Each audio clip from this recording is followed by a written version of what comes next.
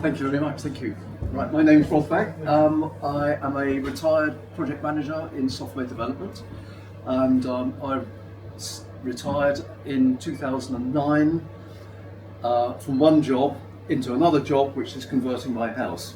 So, and the thing that worried me at the time was things like peak oil and also obviously the climate. Okay, so at the time there was the Guardian newspaper offered to have some people come along and do some infrared surveys on the house. This was done in summertime, so we had to ramp the heating up to 31 degrees centigrade to get this to work properly. And you can see all sorts of areas here that were a nice area blue here, which is usually the loft hatch. Loft hatches don't get insulated. You may have lots of insulation in the roof, but you lose lots of heat through the loft hatch. So the best thing you can do is put some insulation on your loft hatch and also put some draft proofing around it as well, because you lose some heat up through there. And the green areas here shows also not very efficient. If it's blue, that's usually good. And then on here, at the front of the house, these red parts here is the lintels across the top. They're very good at conducting heat out through the house. So that's what it was before. This is what it was like after. Now you may not see much of a difference, but if you look at the house here in the background, that one there, glowing red. So the yellow there means it's pretty good. Again, you still have a bit of a problem around the lintels here, loss of heat through the, if you like, lintels are like a pipe that allow heat, just like water, heat to actually transmit out and radiate out. Up front, obviously you're going to need money to do it. Obviously you need buy-in from usually your partner, your husband, wife, to actually go ahead and do it, and also from neighbours if you're going to do work like this. If you've got hours to spend, I can tell you all the fun and games I had with neighbours. The other thing is, if you're a DIY, you'll be paying 20% over the odds for this work if you do this yourself, because you are paying VAT on every piece of material, even stuff that you should normally get VAT free. You'll be paying 20% more. Now there is a way of getting around this, which I wish I'd known in 2009, which is that if you can get a community retrofit cooperative set up, the way that works, if I can briefly talk about this, the way this works is you have you establish a co-op, a non-profit organisation. What they do is that they act as the supplier, and they then enter into a contract with the DIYer. So the DIYer will produce, here is the spec of what I'm going to do, here are the materials that I need. The community then, if you like, help, monitor, support that person through their DIY job. And then what happens is that the cooperative will then supply the goods to the DIYer VAT free. Well, it's not quite like that. What they do, they have to pay VAT to first do with, and then they have to claim the money back from the VAT man. Claim the money back, and then obviously that claimed money goes back. So for I think a £5,000 job actually should only cost you 4,000. Motivators. When I was doing this, one of the key things I was reading a book about peak oil at the time that drifted into climate change and scared me something awful when I read the book. So I thought I'd decide to do something about it. At the time, there was a banking crisis. Energy inflation was a factor. I'll talk about pension and investment. If you're going to do this, this is what you need to do. First of all, get your partner on board. So let's get my wife on board first. So she needed to buy into this, because we're going to spend what was going to be some of our cash from our pension to do this. And it was going to be not insignificant. Neighbours. So make sure that you've got a good relationship with neighbours. Keep them informed about what's happening. Are they retired and lived at home? Because we're going to make an awful lot of noise with this process. We discovered if they work nights, that means they need to sleep during the daytime. We're going to keep them awake during the daytime. They weren't happy when we were doing that. Contact your district council of planning. Yes, I did that straight off the bat. Here are the things I want to do. Will I need planning permission for it? No, you won't. You can do it under permitted development unless you live in a conservation area. If you're in a conservation area, you will need planning permission. Or if you're going to change the look of your property, you will need planning permission, which I did. Is it listed or conservation area? And I should sort of have an exit point there because it's really difficult if you're if you're a listed building to do anything like this. Instantly or straight away, still do a feasibility study on each room. What is it that you need to do to this room in order to make it more efficient? And you work your way around the house. Now, you may find that a bit peculiar. Okay, so that's what I mean by saying room by room. And trade by trade, so what do you need to do on the electrics, what do you need to do on the water side of things, on the lighting and so forth. And then the thing that we did was that at the time I was in a voluntary organisation called Winchester Action on Climate Crisis. They had a built environment group, had architects there, so I was able to tap in to their ideas about it. So, for example, they said, cavity wall insulation? A bit like putting a t-shirt on in winter, right? The amount of benefit it does. What you really need is to put insulation on the outside of the house if you're really going to get it well done. However, I said, well, do you fancy doing some work on this? And they sort of rubbed their hands and said, yes, we would like to do this, but it was going to cost me a considerable lot more to have an architect help me through this process as opposed to finding a building consultant. And the building consultant did all the plans that were required, and including that for the extension. And at the time, that was in the region of about £800. Couldn't tell you what it is now because we've had inflation since 2009, but that's what it was. And he was also available to provide consultancy as and when we went through each stage of the project. Okay, what's coming next? Insulation, insulation, insulation. That's the underfloor insulation, which was put in here. Here we are cutting the insulation in the roof, about that thick, 300 mils of insulation on the roof.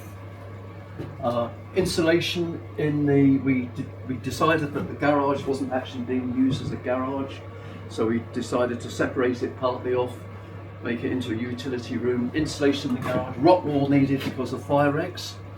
And the structure of the wall there was done in order to stop any heat escaping through the wood into the garage. There's more insulation outside. You can see there's an awful lot that we put everywhere. Neighbours loved it.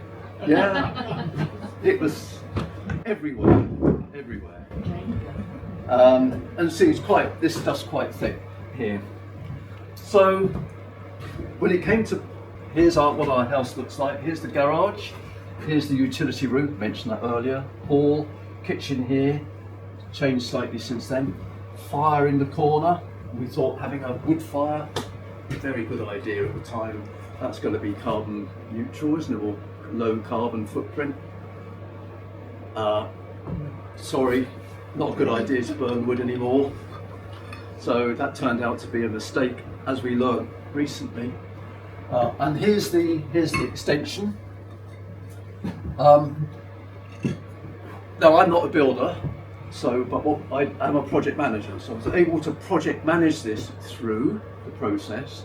But my wife said, you are not going to do this on your own. You will need somebody to help you who knows what they're doing, because I didn't know what I was doing when it comes to laying bricks or what have you. So we got one guy in, and this wall is not a cavity wall. It is a solid wall, and it's got insulation on the outside. I'll talk more about that in a moment, later on rather. So that was the extension there, but you can see this line here is all the insulation around the rest of the house. In fact, the best way to describe it is that we put a tea cosy of insulation on the whole house. So this is the thing to aim for: super insulation or passive house. Anybody come across passive house? So we were aiming for passive house U values. I won't go into any detail about that. All I know is that is what when I spoke to suppliers of insulation, or I gave them, I went and talked to Celotex, which were, obviously there's been a lot of controversy about Celotex since then, but the same material is still available.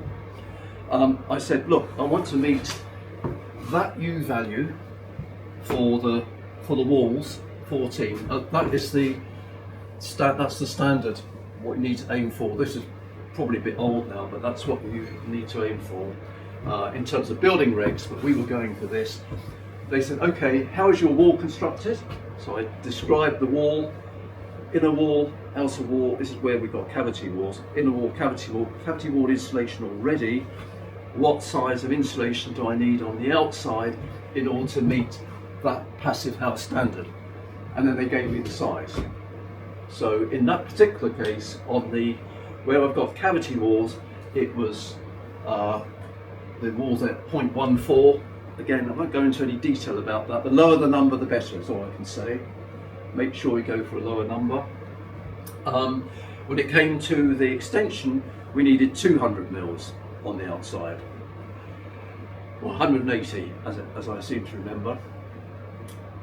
So we got the builder to build the extension, build the walls. Then we spent all morning putting up one piece of insulation, because he'd never done it before. Right, so he didn't know how to do it, but he was very careful. He wants to make sure he's doing the right thing. I had read up from the book what you needed to do, and I think I've got one of them in here.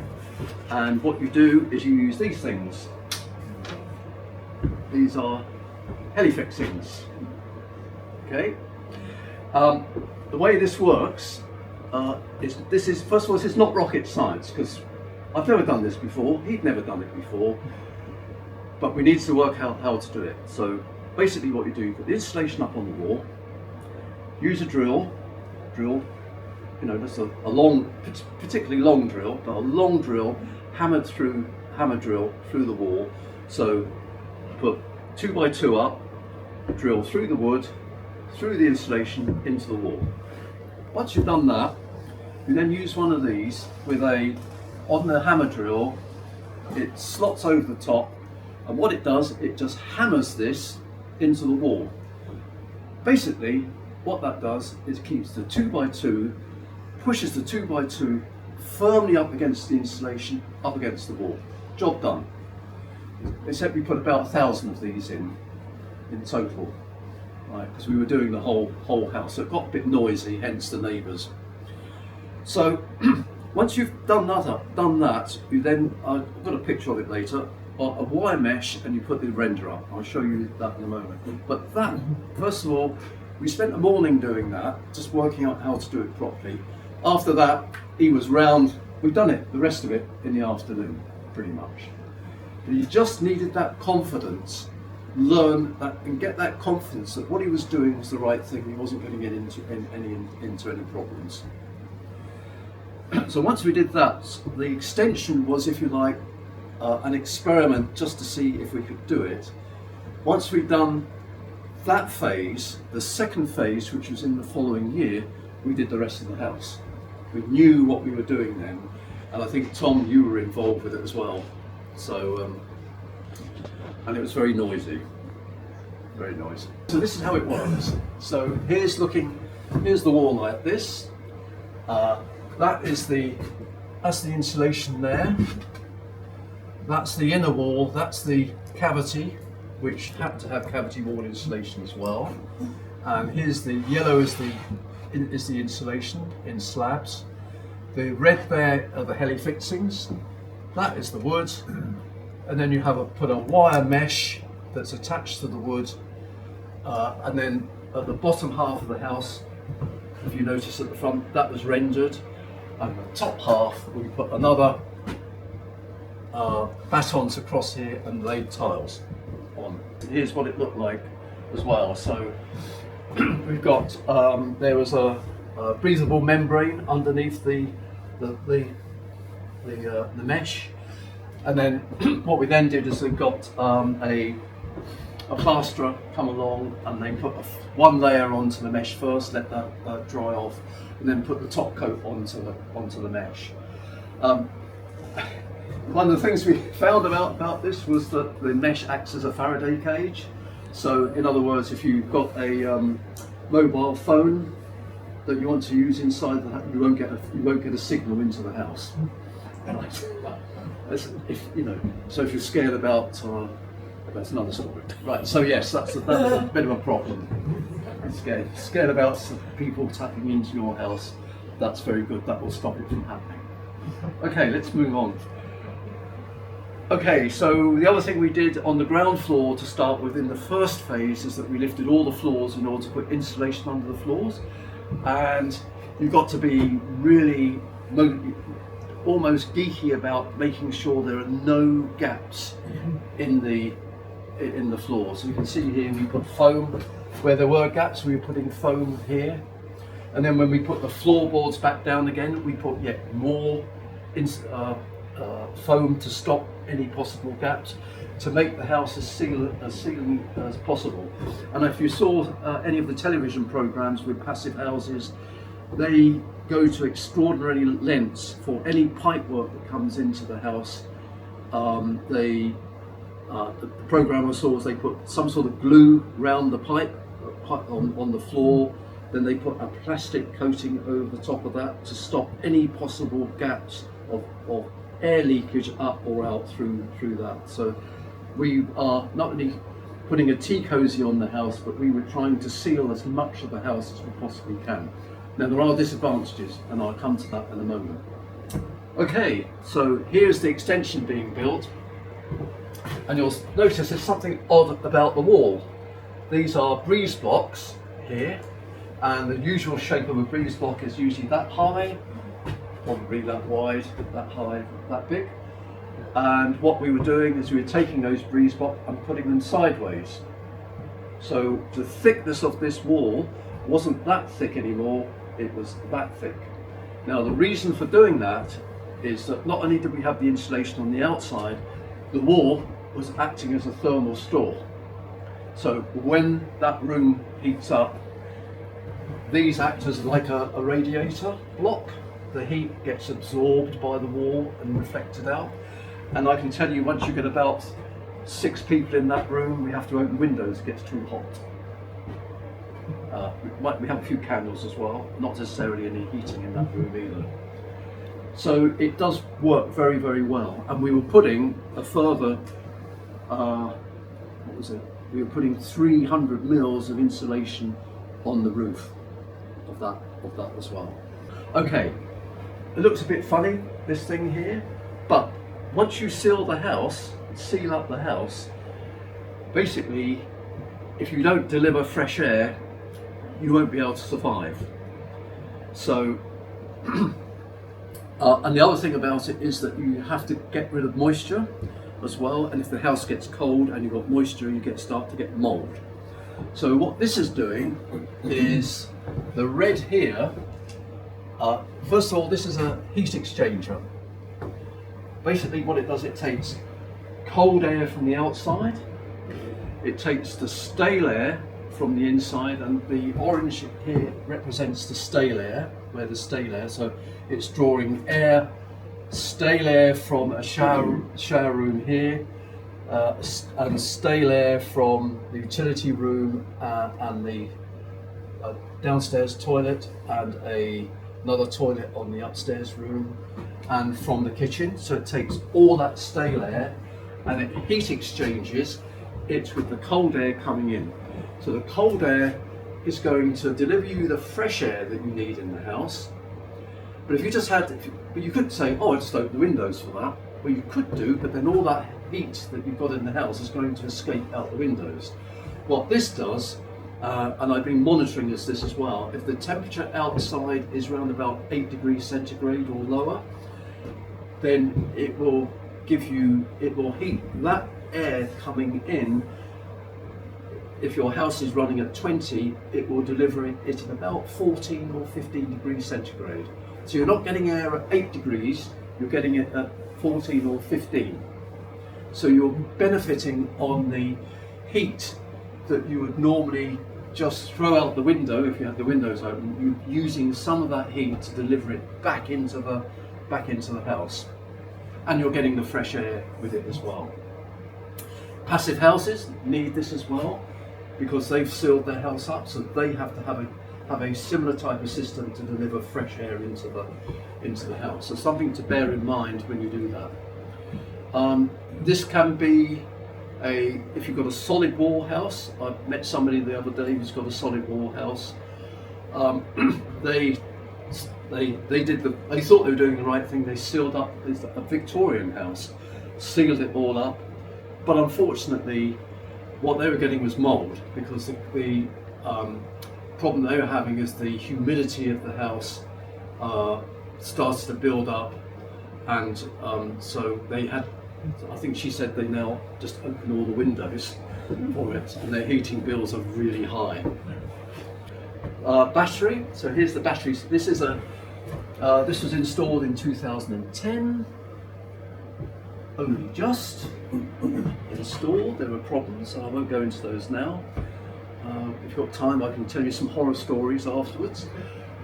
So that went in 2010. So the Tesla battery is a very interesting system in that we charge the battery up overnight, and then we go off grid at 5:30 in the morning, and during the day we run completely off grid at all, no electricity until 11:30 at night time. So that battery is sufficient enough for us to keep going. It's 13.5 units of electricity completely, and you can draw, I think, up to 5 units. So if you've got a heavy load like an oven, for example, it's got enough capacity to be able to draw on that. If you draw 5 units of electricity continuously, it's only going to last you about 2.5 hours at that rate. But ovens usually switch on and off, so it's not so much of a problem. It does become a problem if you have an electric car, because then what happens is that if you're not careful, you haven't got the right system set up, your electric car will drain your battery of the house, which you don't really want when that happens. So you have to have systems in place to cope with that. These are inverters. They lasted until about 3 years ago, so they were there for a good 10 or 12 years, which is usually they have a lifetime of 10 years. So we got an extra 2 years more than we expected, but we had to change those when one of them went. There's 2 inverters. There's this old technology, I might add, and very old panels as well, installed in 2010. And so we get the old feed-in tariff for that, and that at the time the panels, the solar panels, were 14,000. Well, you don't have to pay that amount now. There's a glut of solar panels thanks to what China are doing at the moment.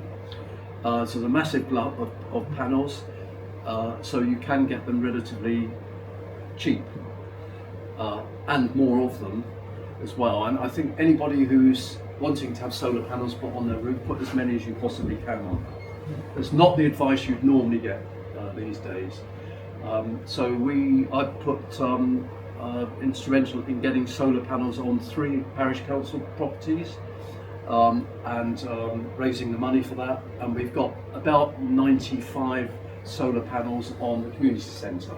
So their bills are almost gone, and not only that, they have an income stream from the extra money, extra solar that they export, because it's a charity, and that income I'm sure will be very beneficial for them. Okay, let's move on. Air source heat pumps. Okay, the story behind this is that we had a wood burner put in, very efficient one. It lived in the corner of the room. We had concrete blocks above it. It also had an escape in the wood fire itself. The way that it worked is that it takes in air from the bottom round the back of the box, and the air comes out at the top. So if you like, there's a bigger box, and then the smaller box is where the fire is for the wood. So there's this gap between bigger and the smaller box. And in this particular one, you could have an escape. So some of that air that's coming in through the bottom can escape up through a pipe that we put up into our bedroom. So we were able to use some of the air that was coming from downstairs to escape up into our bedroom upstairs. We didn't have to have the radios from upstairs or any heating up in our bedroom. The only slight disadvantage is that you get sort of a black smudge up the wall as the air comes out up. So the advantage and disadvantage. Then we discovered that burning wood is the equivalent. The amount of particulates that come off of wood is the same as 58 lorries, articulated lorries. So it does deliver some particulates. And the other thing is there are several research papers, longitudinal research papers, that showed that having a log fire can cause cancer as well, lung cancer. Anyway, somebody said to me, "Did you know it's very bad to have wood fires?" So I thought, okay, well we'll go for the air source heat pump. But I was very sceptical. Do they really work? There was a lot of disinformation about air source heat pumps. So what I did is I found out. First of all, I did loads of research on it, and there are some people on YouTube who really know their stuff. Heat Geeks is one of them. If you ever want to know about Heat Geeks, very good source of information, truthful information as well. And there was also some guys, all guys that have retired, who took you laboriously step by step about how air source heat pumps work. I'm not going to do that here, that's okay. But what I did do is I got some monitors installed, and I also got this thing here. It's called Homely, I think it's called. But let me just explain what's happening here.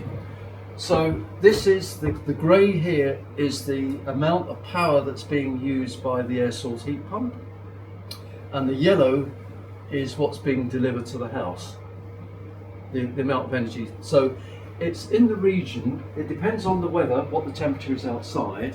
So at the moment, the efficiency of the heat pump is round about 420%.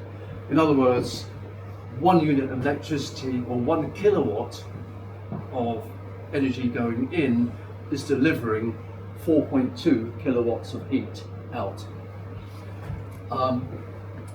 This red line here is the flow temperature.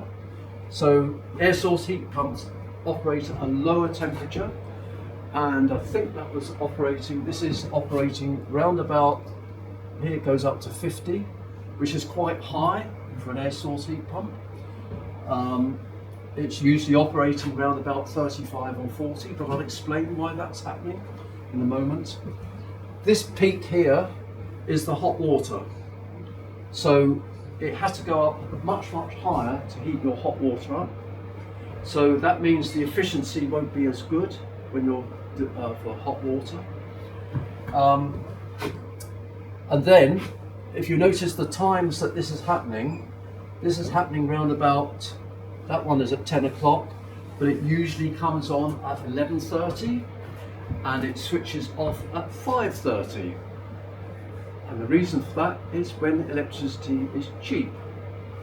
It's at 7 or 6.5p or 7p a unit. Okay, and we're on a because we've got an electric car, we're on a tariff that is cheap at those particular times, and that is where this device comes in here.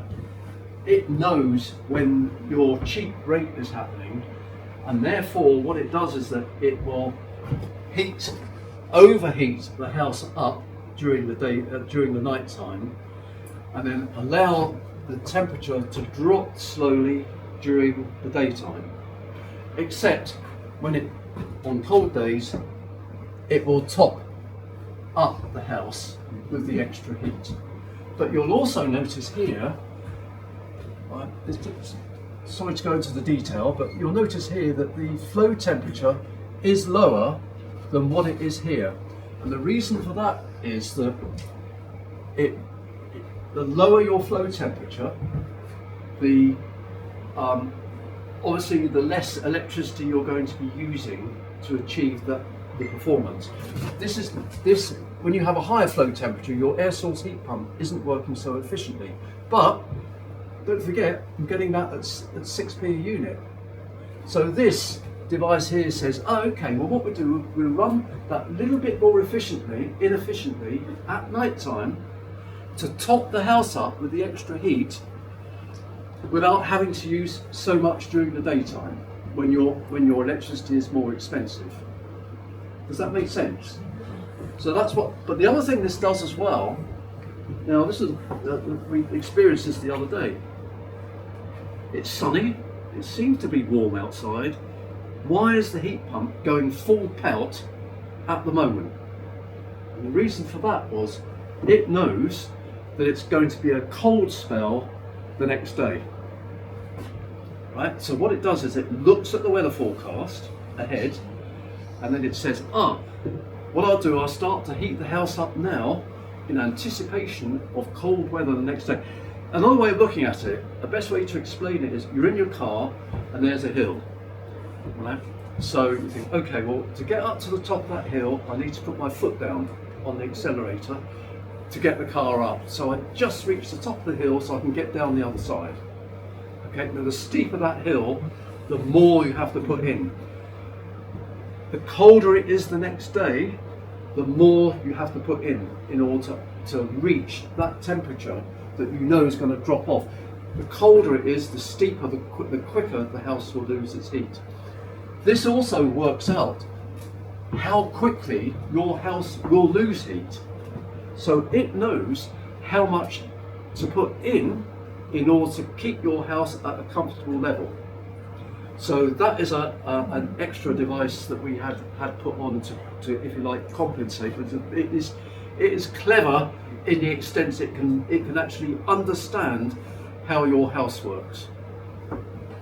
First of all, get three Trustpilot installers, MCS registered. That's the first thing to do. You can go to the MCS website, you can find all the installers on there, you put your postcode in, it will tell you where they are. What they will do is that they will come out and measure your house to an inch of its life, right? Every room, every window, what type of walls you got, what type of insulation you got, what insulation you got on the roof. And what they will end up doing is working out the heat loss of your house in order to work out what size heat pump you need to put in.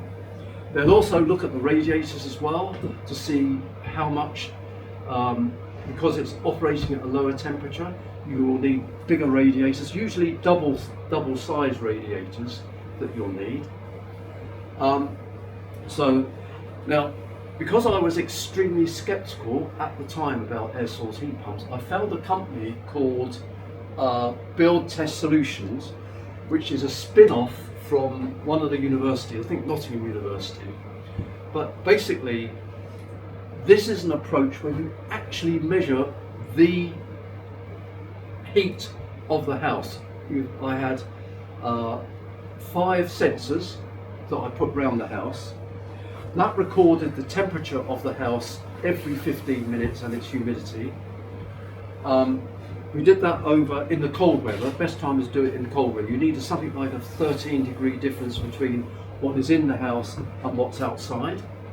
You put those sensors around the house, you leave it for about 3 to 4 weeks. It's recorded all that data, and then I then downloaded the data from the energy supplier, which is Octopus, that gives you the amount of gas and electric that you're using every half hour. All that data gets fed up to their website, and that calculates the size of heat pump that you need. Now, if you do that in advance of getting the contractors in, what you'll have in your back pocket is the real data of the real heat loss that you've got in your house.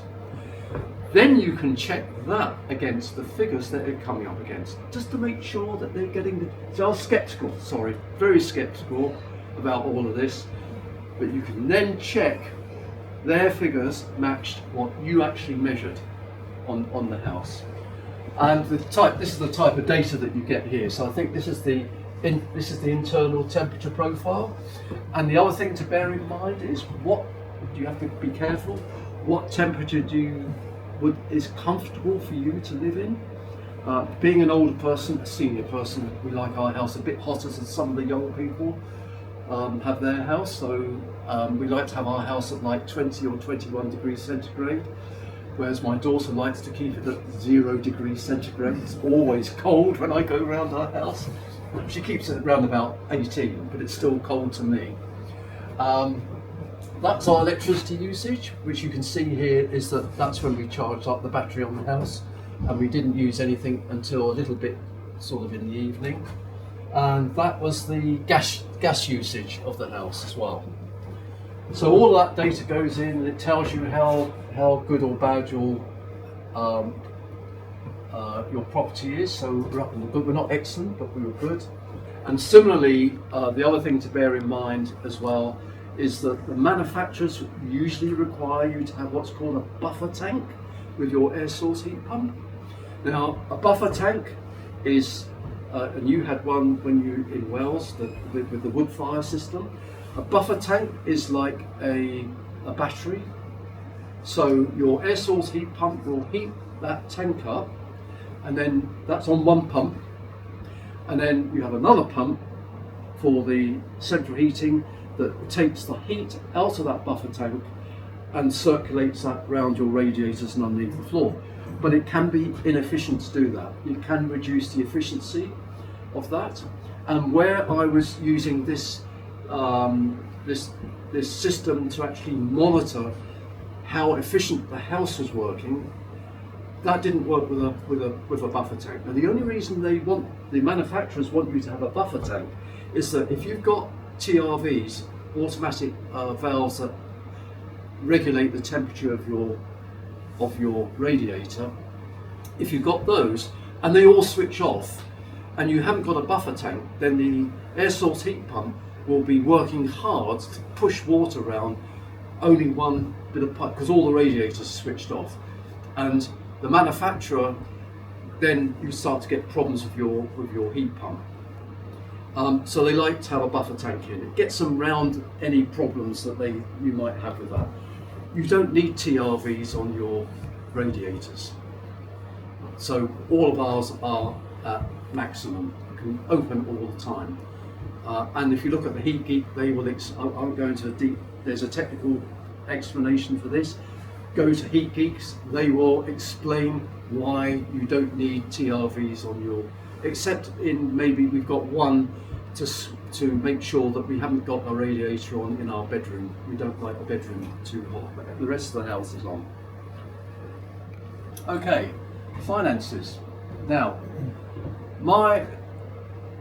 because I was retiring in 2009 and I was able to get my pension in 2009, I also got a lump sum in 2009. And typically, with a pension, with the lump sum, you keep some of it for a rainy day. Well, maybe this is what we were thinking of at the time. Some of it for a rainy day, and then what you do, the rest of it, you go out and buy an annuity. So one of the things I would suggest you do is, could you make more money on investing in your house and the savings that you would get by investing in your house, how would that compare with taking the same amount of money and putting that into a pension? And when I did this at the time, I reckoned it was more financially viable for me to invest in my house and make savings, energy savings on my house, as compared with buying an annuity. So that was what I did. But you need to do your own figures for this. So if you're looking at it purely from a monetary position, that's one aspect. The other thing is this your forever home? Because it's unlikely that you would get the money that you invested in the house, whether you would get it all back if you came to sell it. Although I have had a survey done by the National Energy Federation that reckoned it would be about 10,000 that I'd get back. I know I've spent more than that, but then we spent more on an extension as well. So, so this is what a pension pot would give. So a pension pot of 30,000 would give you, the figures I've done recently, would give you £173 a month. That is with no inflation at all. If you wanted one that was RPI linked, then a pension of 30,000 would net you £100 or £80 net. Okay? So what you've got to do is think, if I were to spend 30,000 on improving my house, could I get something better than the worst case? Could I make savings of more than £80 a month? Or if I had this type of pension, could I make savings of £138 a month? That's something you want to bear in mind if that's the path you're going down. Okay. Of course, you get comfort. Obviously, you get from doing this type of work. You've got comfort level. You've got house values to some extent. EPC improvements add value to them. Often adds resale value. Resilience, exposure, less exposure to future price shocks, and of course carbon reduction, which is what climate action is all about. And legacy, so it's going to persist beyond. A pension stops when you die, that will carry on after I've gone. So here's my savings. So this is what I'm spending at the moment. So it's a 5-bedroom house, 140 odd square meters. So I'm spending on heating £20 a month. This is over the year. £20 a month on heating. The car is, we've got a plug-in hybrid, so there's a petrol element to this that I haven't included in these figures, but most of our driving is with electric. £22 a month for the car and £21 for the house. So all in all, our energy bills are in the region of between £60 and £70 a month. Now, what I haven't taken into account is the money that we get paid for exporting to offset that, and also the money from a wind turbine as well that would offset that. But basically, that's what it is. That's what it is at the moment. And then here is the type of let's see, what is it? So this is the kilowatts that are used by the house. So this is the half of the kilowatts that we use is on the house, and 23% is on heating and 26% on car. And then our solar that we use, we consume with the battery. We consume about 76% of what we produce, and still then we export 24% out. Are we net zero? Well, we might be.